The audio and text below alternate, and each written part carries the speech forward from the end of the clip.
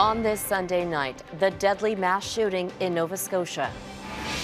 For 12 hours, a gunman disguised as a Mountie terrorized the community. This is one of the most senseless acts of violence in our province's history. Several people killed, including a member of the RCMP. Tonight, what we're learning about the accused gunman. Planning for a pandemic exit. If the curve continues, we would be able to look at bringing kids back to classrooms. The strategy to slowly but surely get Canada back on track. Plus, the outbreak at an Alberta oil sands camp sparks concerns the virus will spread unless there's rapid testing. Global National with Robin Gill. Good evening and thank you for joining us. We begin tonight with breaking news out of Nova Scotia, where a gunman went on a shooting rampage. Right now, police say 14 people are dead, including the suspect. The community is in shock and the Mounties are grieving the loss of one of their own. Constable Heidi Stevenson. 2 children have lost their mother, and a husband has lost his wife. Parents have lost their daughter, and countless others lost an incredible friend and colleague. Police were first alerted to shots being fired at a home last night. That's where they found multiple victims. The gunman then apparently went to other houses in the area. Some were set on fire. And tonight we are learning the suspect was wearing what appeared to be an RCMP uniform and was driving what looked like a police car. But he was no Mountie. Our coverage begins with Ross Lord. A trail of burnt-out vehicles and houses are just some of the grisly evidence of a shocking rampage that started overnight and continued for almost 13 hours along a stretch of small Nova Scotia villages. We worried all night, not knowing what was going on with the police presence and the fires with no fire trucks. Just before midnight, RCMP tweeted they were responding to a firearms complaint in the tiny village of Portapic, about an hour-and-a-half drive from Halifax. They told the public to stay in their homes with doors locked. 8 hours later, RCMP said they remain on scene in an active shooter investigation, repeating the order for residents to stay inside and lock their doors. They then identified the suspect as 51-year-old Gabriel Wortman, and that there were several victims.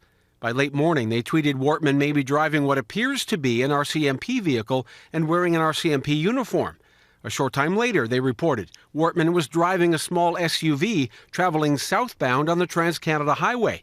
After clarifying their suspect was not a member of the RCMP, they announced they'd taken him into custody. In fact, Wortman is dead. He died after a confrontation with police at a gas station near the Trans-Canada.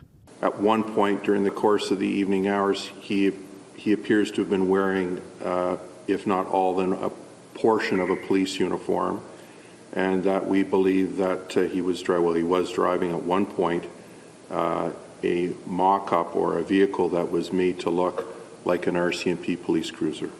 RCMP say his murder spree left multiple people dead, including a female RCMP officer. A male officer was shot and drove himself to hospital. We are all in shock that such a thing could happen here in Nova Scotia. And it is a heavy burden to bear on top of COVID-19. My hearts go out to everyone affected in what is a terrible situation. I want to thank the police for their hard work and people for cooperating with authorities. Wortman was a denturist. He worked out of this office in Dartmouth, Nova Scotia. Sources say he owned property at Portapic Beach, although he was not well known among people who lived there. My sister knew him because he's a denturist, and she just had new teeth made by him, and she thought he was salt of the earth. A big question: what changed that forced people to cower in their homes all night, hiding from a killer? You're locked down in your own little house, and yeah, it's pretty scary. It's something it's not going to happen here, but it happens.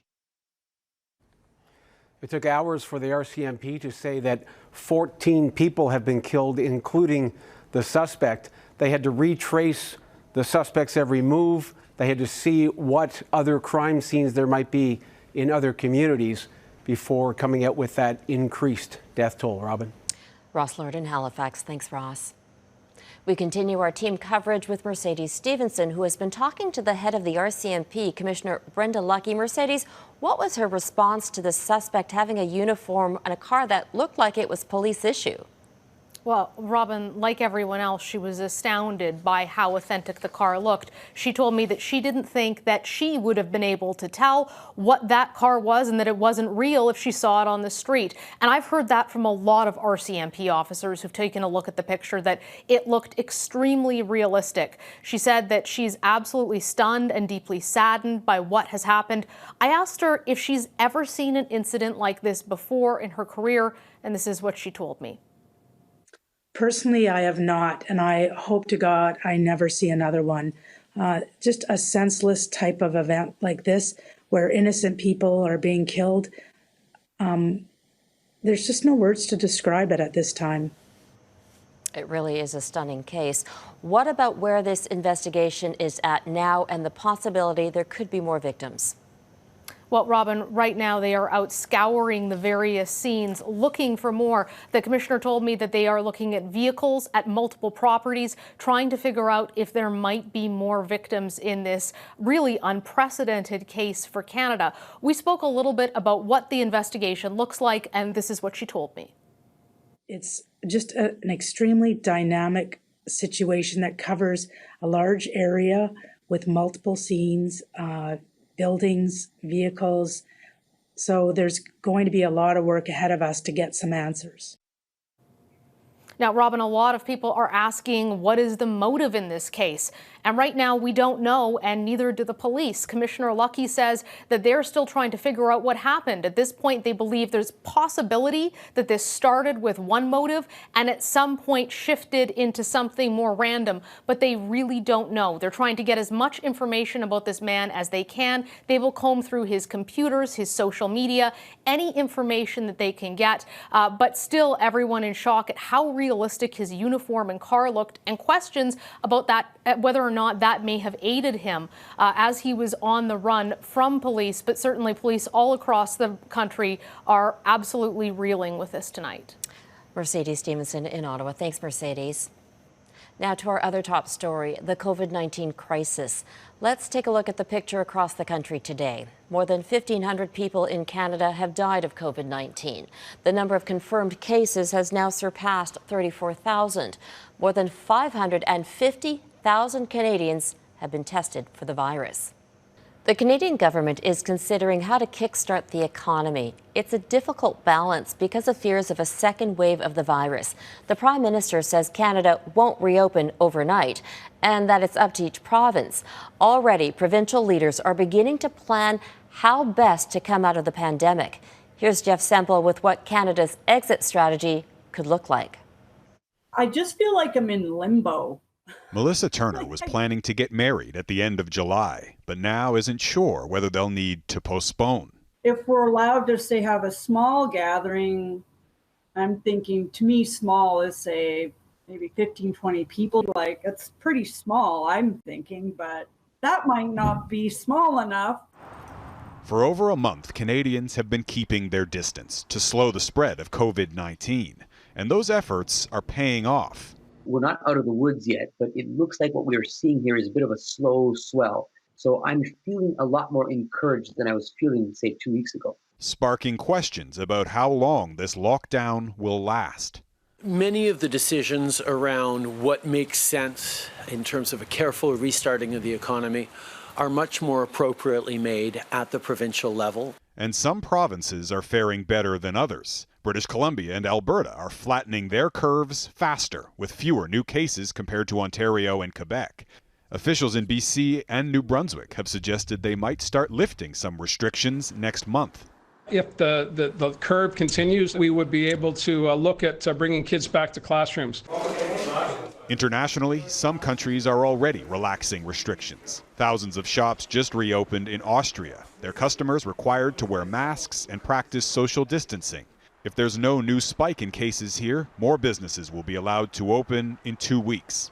You know, small businesses first, businesses that don't require a lot of people in a small area. I think we're going to start to see that here in Canada as well in probably mid-May. Some companies plan to implement mandatory protective equipment and temperature checks for employees. So paramount, number one, is making sure that when we come back to work, that we're coming back to work safely. Countries, including Canada, are scrambling to increase testing and contact tracing capabilities, because even as the outbreak slows, the vast majority of the population remains vulnerable to the virus. And health experts warn that loosening the taps on the economy too quickly risks opening the floodgates to a second wave of COVID-19 cases. Robin? Jeff Semple in Toronto. Thanks, Jeff. A COVID-19 outbreak at an Alberta oil sands camp appears to be spreading.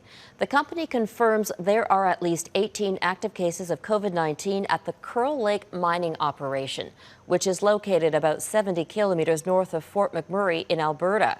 It's a 24-hour operation. Workers fly in and out for work. Now, those returning to other provinces for time off are being told to isolate for 14 days. Heather Yerkes-West reports. Hundreds of people come to work at Alberta's Curl Lake oil sands camp. Now it seems a growing number of those workers have also brought the new coronavirus home. Imperial, the company that operates the site, has confirmed that there are now 18 cases of COVID-19 connected to the camp, 4 on site and 14 others who have already returned home.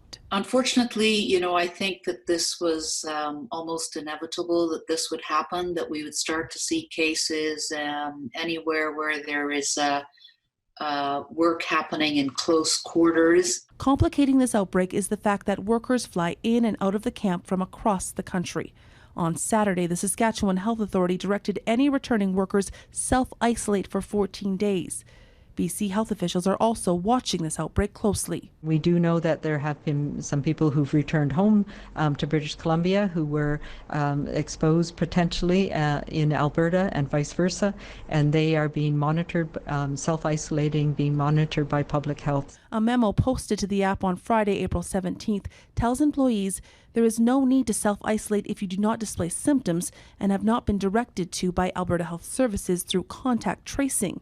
But infectious disease specialist Dr. Arnita Singh doesn't believe that direction goes far enough, given what we now know about how this virus spreads. I think that it would be prudent at this point for everyone who has been in a camp where there have been documented cases to self-isolate for the 14 days. Imperial says its guidance is in line with direction from Alberta health officials, but Alberta Health Services says any worker returning home from a camp with an outbreak should isolate for 14 days.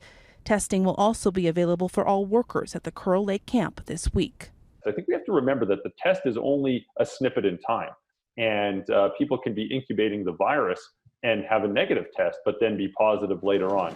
But Dr. Bogoch says combined with extensive contact tracing and isolation measures, the extra tests should help officials get this outbreak under control. Heather Yerkes-West, Global News, Calgary. In an effort to set an example of social distancing, the Liberals have reached a tentative deal with the NDP and Bloc Québécois to reopen Parliament. It would see a limited number of MPs meet in Ottawa on Wednesday. The following week, a 90-minute virtual session would be added to the schedule to allow MPs to ask the government questions. In May, there would be 3 sessions a week, 2 virtual and 1 in person. But the Conservatives reject the deal and are calling for 3 in-person sittings. I remain hopeful that the government will agree to our common sense proposal to continue to hold in-person sittings. It has to be done in a responsible way, and right now the Conservatives are not taking a responsible approach. If all parties don't reach an agreement before tomorrow, the House of Commons will resume Monday in person.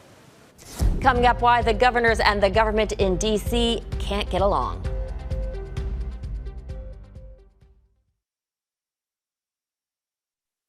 Donald Trump is pushing to have American businesses reopen soon, even as the number of cases of COVID-19 climbs in the U.S. More than 760,000 Americans have tested positive for the virus. At least 40,000 have died. Now, 2 states will be getting back to business tomorrow, but as Jennifer Johnson explains, there's concern the move may end up costing more Americans their lives. Let us work! Let us work! The governor of Texas feeling the heat and now bowing to pressure from the White House and constituents. His state, along with Vermont, will be the first to begin reopening some businesses Monday, while still requiring social distancing. U.S. President Donald Trump promising there are enough COVID-19 tests to begin phase 1 of reopening the country. We have tremendous capacity. But governors from both parties tell a different story.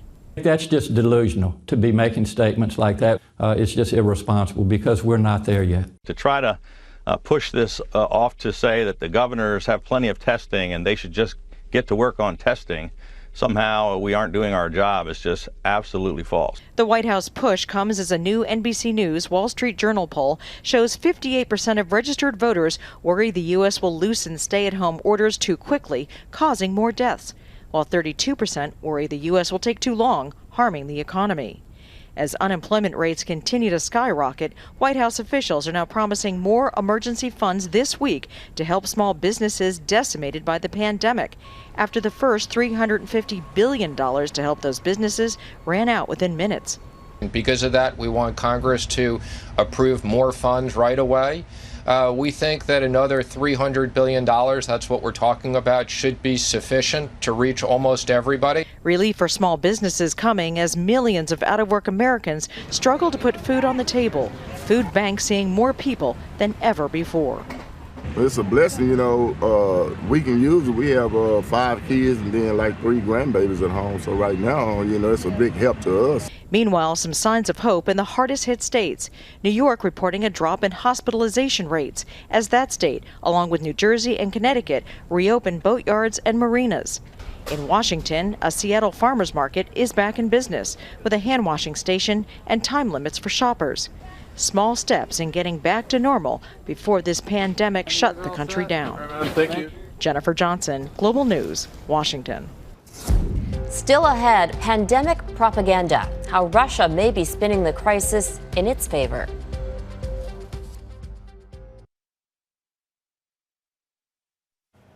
It's being labeled From Russia with Love, a huge operation to send much-needed medical assistance to places hit hardest by the COVID-19 pandemic. But tonight there are questions about Moscow's motives. As Redmond Shannon reports, some say it's a smokescreen fueling propaganda during the pandemic.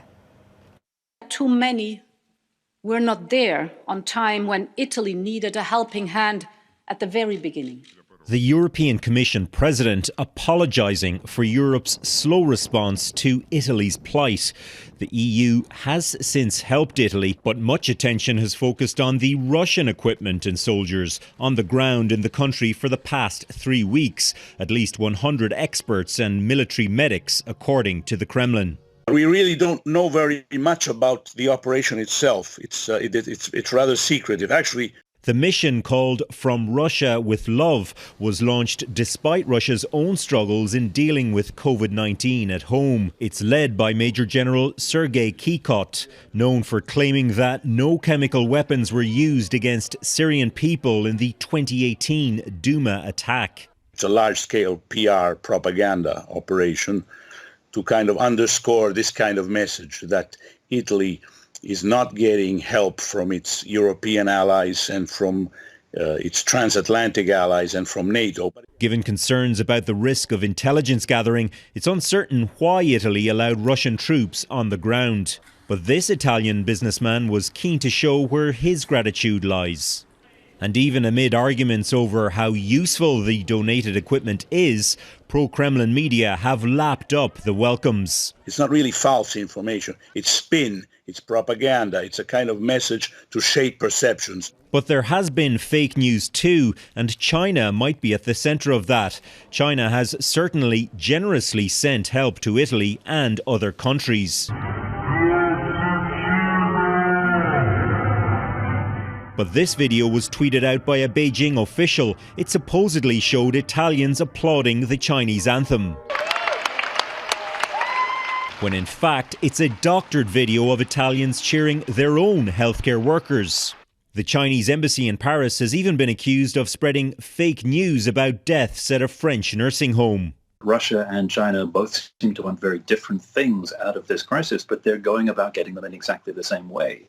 Now, China, of course, wants to deflect any blame for its early handling of the spread of the virus. Amid the horror and tragedy, propaganda and spin are swirling in every direction. A war for hearts and minds as the world is on its knees. Redmond Shannon, Global News, London.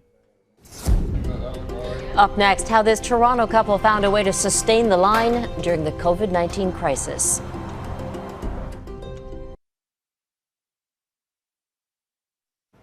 The pandemic is bringing out some of the best in people. And tonight we want to introduce you to the Canadians doing their part to help out. Abigail Beeman joins us now. Abigail, you've been speaking with some compelling people. Robin, there are so many Canadians feeling anxious right now, facing challenges of all kinds, health, financial, social, and it's so impressed me to connect with some people who, despite facing those things, are using this time to give back and help others. I want to introduce you to a Toronto couple, restaurant owners, who, amid the stress of figuring out how to revamp to a delivery model and help their laid-off staff access EI, were committed to figure out how to donate meals to healthcare workers. Have a listen. We were looking for a way to feed the nurses, because Chris and I have been talking about this since, March 17th. We need to get to the hospitals. We want to give our time and our food to feed the healthcare workers, the frontline workers. How? We just didn't have a contact before anyway to get the attention of someone who could make the call. So while they weren't quite able to figure it out themselves, they hooked up with an initiative on the same wavelength. It's called Sustain the Line. It connects people who want to donate meals to healthcare workers, helping them and helping restaurants stay afloat. It's already operating in a number of cities across North America. I'll tell you more about it, introduce you to a Canadian behind the project, and tell you how you can help in our Coronavirus, the New Reality special later tonight. Robin? All right, Abigail, thank you so much. And you can watch that network special, Coronavirus, the New Reality, at 7 p.m. tonight and every Sunday right here on Global. Donna Friesen is host of that special, and she'll be back on the anchor desk tomorrow. That is Global National for this Sunday. I'm Robin Gill. Thank you for watching, and good night.